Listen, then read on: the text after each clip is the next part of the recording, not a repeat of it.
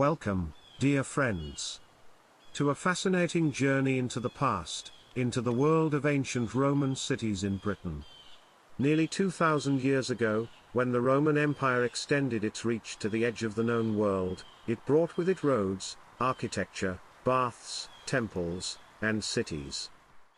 In this episode, we'll explore how the Romans transformed the British landscape by founding vibrant urban centers that became hubs of trade, governance, and culture. From Londinium, modern-day London, to Eboracum, York, and Verulamium, St. Albans, these cities were not just military strongholds, they were living, breathing communities that mixed Roman customs with native traditions. How were these cities planned and built? What did daily life look like for their inhabitants, soldiers, merchants, artisans, and families? And what traces of these remarkable cities remain beneath our feet today? Through archaeological discoveries, reconstructions, and expert insights, we'll uncover the secrets of Roman urban life in Britain and learn how these settlements laid the foundations for many of the cities we know today. This is Time Stream, and our journey into Roman Britain's cities begins now.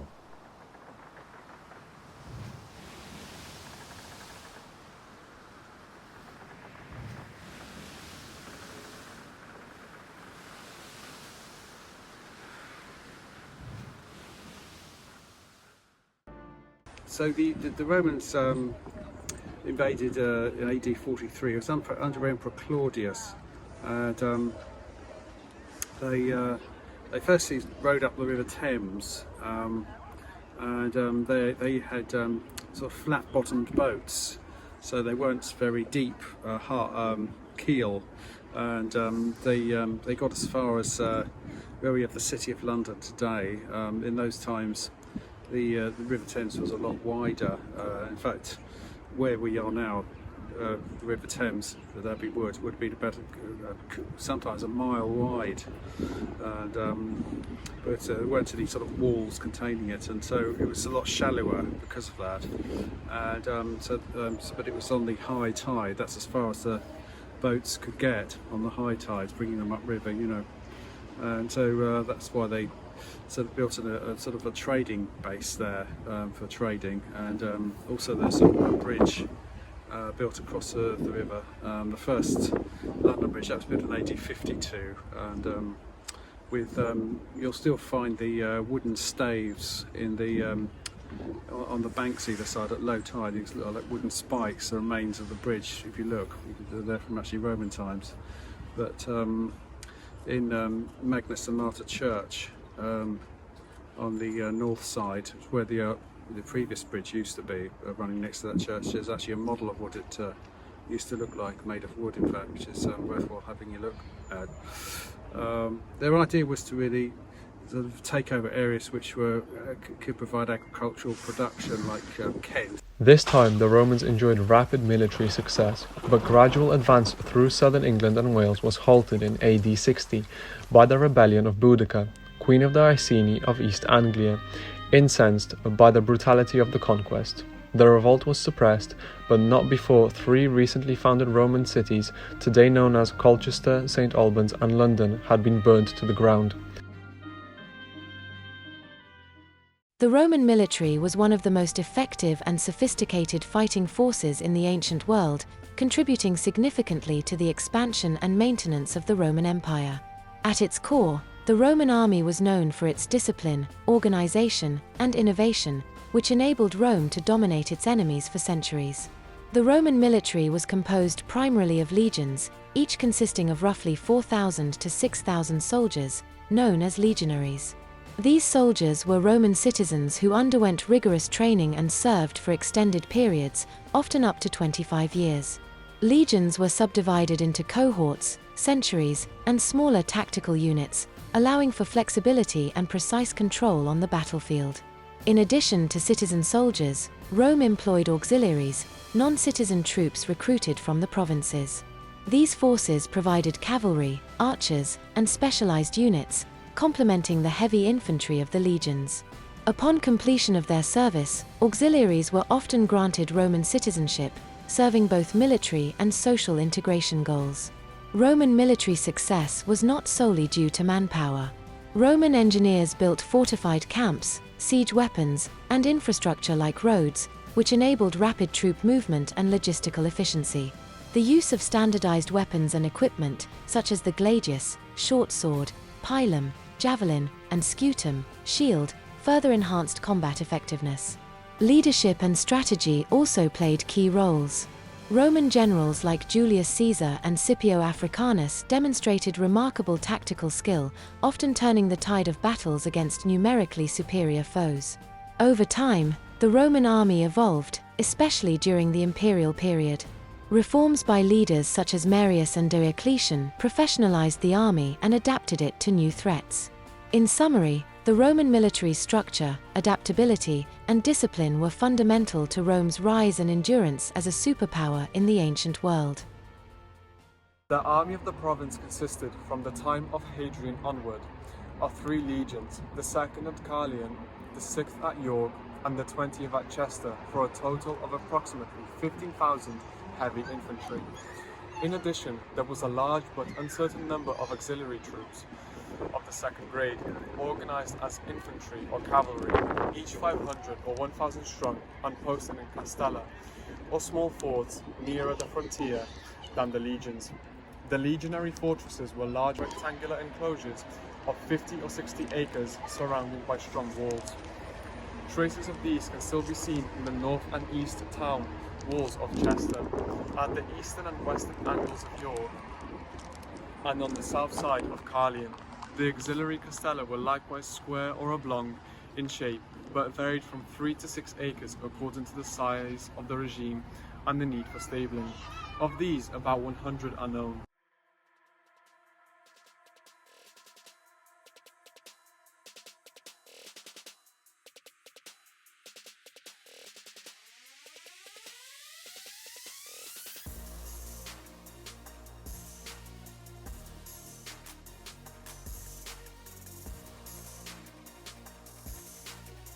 By now, the 3 legions, army units of up to 6,000 men remaining in Britain, had settled in permanent bases.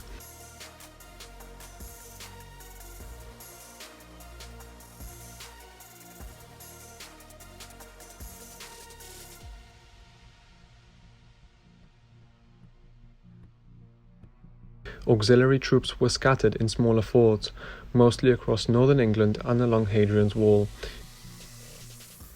In the pacified parts of the province, cities had been founded as capitals for each of the tribal areas into which the Britons had been organized. A network of roads had developed, and landowners in the south began to build Roman-style villas.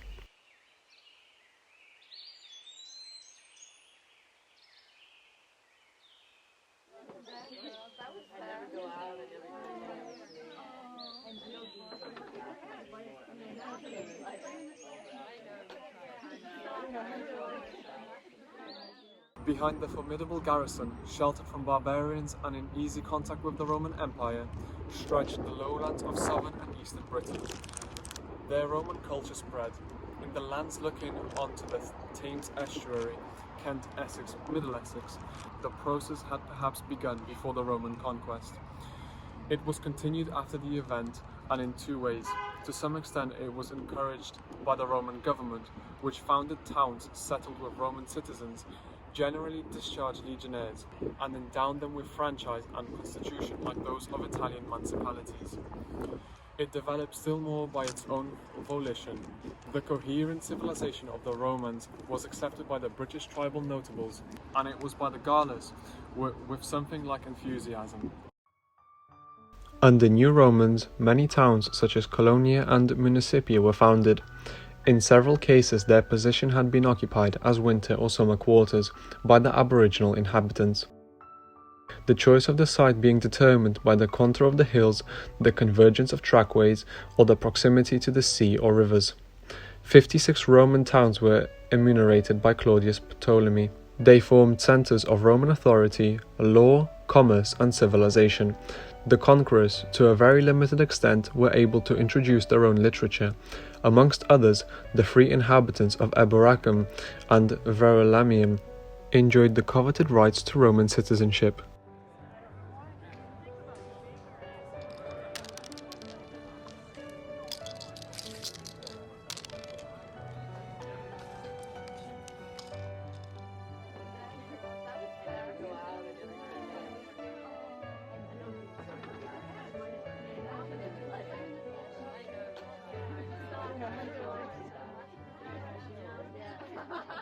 Big towns that you tend to find the remains of are modelled really on like your Roman towns that you would see in Italy. So they would have a place like the Forum, but smaller, for the business affairs of the day to be sorted out. They would certainly have a bath house that would have public toilets and baths, so they would go. So it was almost like they were trying to make Britain into Rome.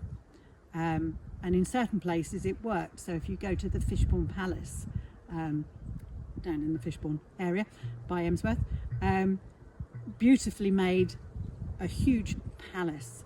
Whereas here we just have what we call a Romano-British farmhouse. So the Romans lived here, but they lived alongside these people, okay?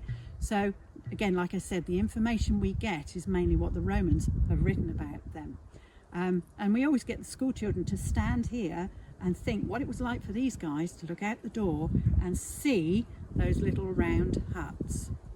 Life for most ordinary Britons who were farmers in the countryside was slow to change. By degrees, however, they came into contact with villas, towns and markets.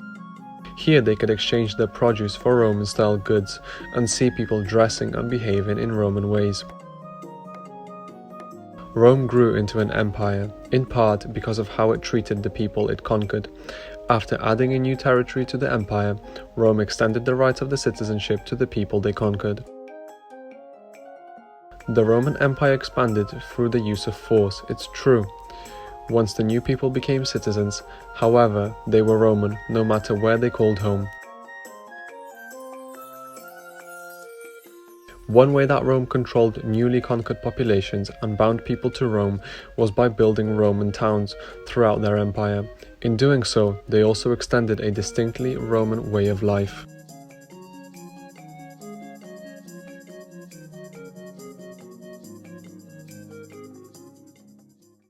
Clothing did change throughout the later part of the Iron Age into the Roman period. They tried to be much more Romanized. However, the people in this villa, if you were male and you were originally from the Iron Age, you probably carry on wearing the trousers, the breeches that the Iron Age people were wearing, but only use the toga when you're entertaining, and you'd only use the toga when you've got the haggard course running. The ladies' fashion changed as well, but again, the toga type dress of the Romans would have only been used inside the villa, not out and about. They would have just used very similar to that of the late Iron Age clothing. As we go through the Roman period, those things will change again. So Romans never stayed still. The idea that trade was just male is certainly in the literature is true, but in the archaeology it is questionable. In Britain there seems to be an awful lot of trade in the towns that are by women, although there is no written sources to say one way or the other. So it's very difficult to understand what is actually going on in the Roman society in Britain. We know about the Roman society in Rome quite a bit, and we tend to take our ideas from that, but we don't actually look at the people they were conquering and eventually marrying and having their own children, how those different cultures blended together and how those cultures then changed how people's outlook were. By 410, Rome faced severe threats on multiple fronts, particularly from Visigoths, Vandals, and other Germanic tribes. Emperor Honorius, unable to defend the distant province of Britannia, formally responded to a request for aid from British cities with a letter advising them to look to their own defences. This message, known as the Rescript of Honorius, symbolically ended Roman political and military authority in Britain. The departure of Roman legions left the province vulnerable. Without centralized Roman administration and military protection, local leaders, known as sub-Roman chieftains, assumed control. Britain soon fragmented into smaller kingdoms, and its urban centers declined. The economy weakened, trade diminished, and Roman infrastructure fell into disrepair. Culturally, the Roman legacy persisted through language, architecture, and Christianity. However, within a generation, Germanic tribes such as the Angles, Saxons, and Jutes began to settle in Britain, dramatically reshaping its demographics and cultural identity. The Roman exit from Britain was not a single event but a gradual process. Yet 410 AD remains a symbolic date representing the collapse of Roman imperial power in the province. It marked the beginning of a transitional era, often referred to as the sub-Roman or post-Roman period, which eventually gave rise to early medieval England. AD 43, all the peace and quiet was shattered because along came the Romans. Now they had tried to come about 100 years before AD 43, but it was a rough day. They'd all come across on their ships, and there was a lot of ships were wrecked, and they found what they called the barbarians, but it was us Brits, on the shoreline with their chariots, and some with no clothes on because they thought they were more threatening undressed that way. They turned around and went back again. They didn't come, they didn't stay. Okay, so AD 43 they come again, and again, not to be in friendship, they don't want to live alongside the Britons. They want to take over, and they want to force the Britons to work for them. So a lot of Britons became slaves, and the Romans would obviously boss them about, tell them what to do. If they resisted, they were killed, they were put to death. An awful lot of Britons were put to death. But often, as long as they put down their weapons, they were left to get on with their farming. As long as they didn't interrupt what the Romans were doing and they got on with their bit, the Romans left them to it. Roman cities were carefully planned, with straight roads, forums, basilicas, public baths, temples, and amphitheaters. These structures brought Roman architecture and civic life to the island. The forum was the heart of public life, where trade, politics, and legal matters were conducted. The baths were central to social life, serving not only as places to bathe but also to socialize, exercise, and conduct business.